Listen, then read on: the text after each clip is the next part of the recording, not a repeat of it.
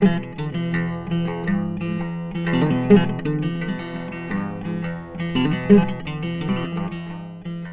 podcast series, Contextualizing Feminist Voices, is designed to provide background information for people using the Global Feminisms Project website.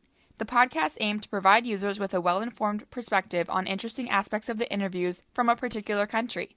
For each episode, one of the project staff interviews an expert on that country site. Welcome to this episode of Contextualizing Feminist Voices. My name is Kristin McGuire.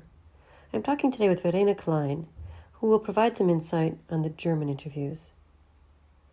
Verena, could you start by identifying one or two themes that come up in the interviews that users should pay close attention to? Themes that are particularly important in Germany's women's movement scholarship or activism. So, one interesting theme that runs through the interviews is the increasing institutionalization of the women's movement in Germany. And after the protests of 1968 and its associated feminist movement, one can learn from the interviews that since the 1980s, the women's movement has become increasingly differentiated. In other words, like various interest groups such as immigrants, lesbians, and academics each organize themselves into their own associations to advocate for their specific concerns.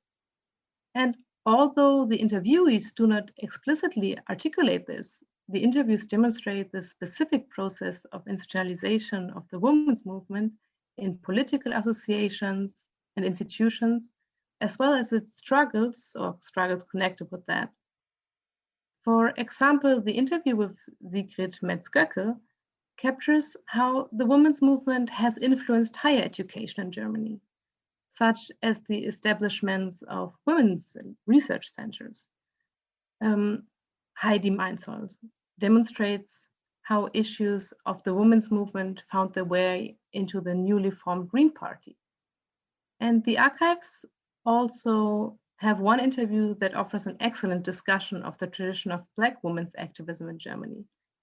Like Katharina Oguntoye initiated the nonprofit intercultural association Joliba that mostly works with African and German African families, which provides an example how organizations were formed by Black activists and intellectuals. The intersection between the women and lesbian movement is represented in the interviews centered around the Women's Center Begine in Berlin.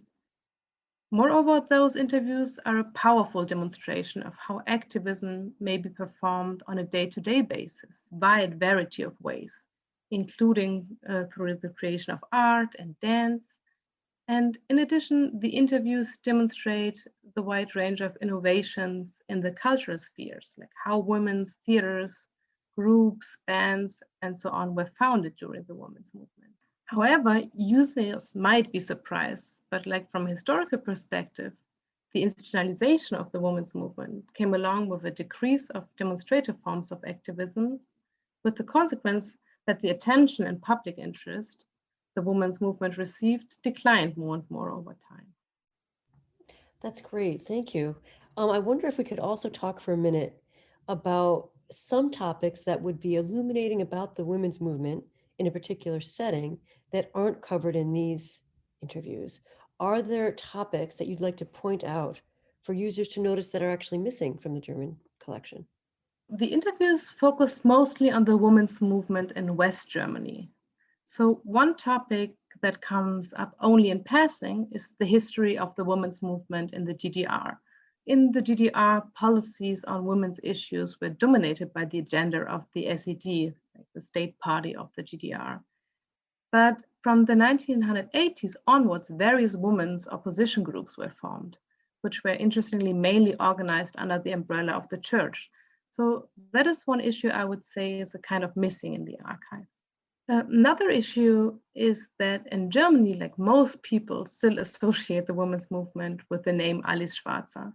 So Alice Schwarzer organized, for example, the Stern campaign, Wir haben abgetrieben, in English, we have had an abortion, in which hundreds of women admitted to having had an abortion. And this campaign was historically important for the right to legal abortion and an end of the criminalization of abortion in Germany. She also founded the first German language feminist magazine called Emma. But interestingly, although Alice Schwarzer might be Germany's best-known feminist, she's not mentioned in one of the interviews. That's really helpful. Thank you very much. Thank you for listening to this episode of Contextualizing Feminist Voices, created by the Global Feminisms Project.